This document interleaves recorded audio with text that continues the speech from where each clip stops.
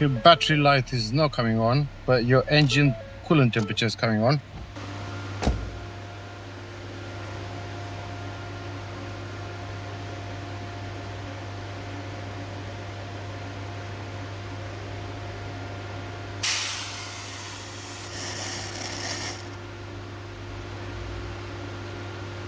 That indicates that your water pump at least is not doing a great job, and you've got also coolant leaking from the water pump.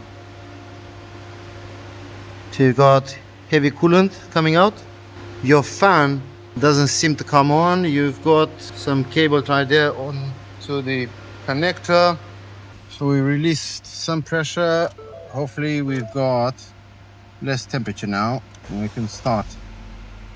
Okay, so battery light doesn't come on at the moment, so don't know why that has been mentioned, but the coolant temperature definitely goes up.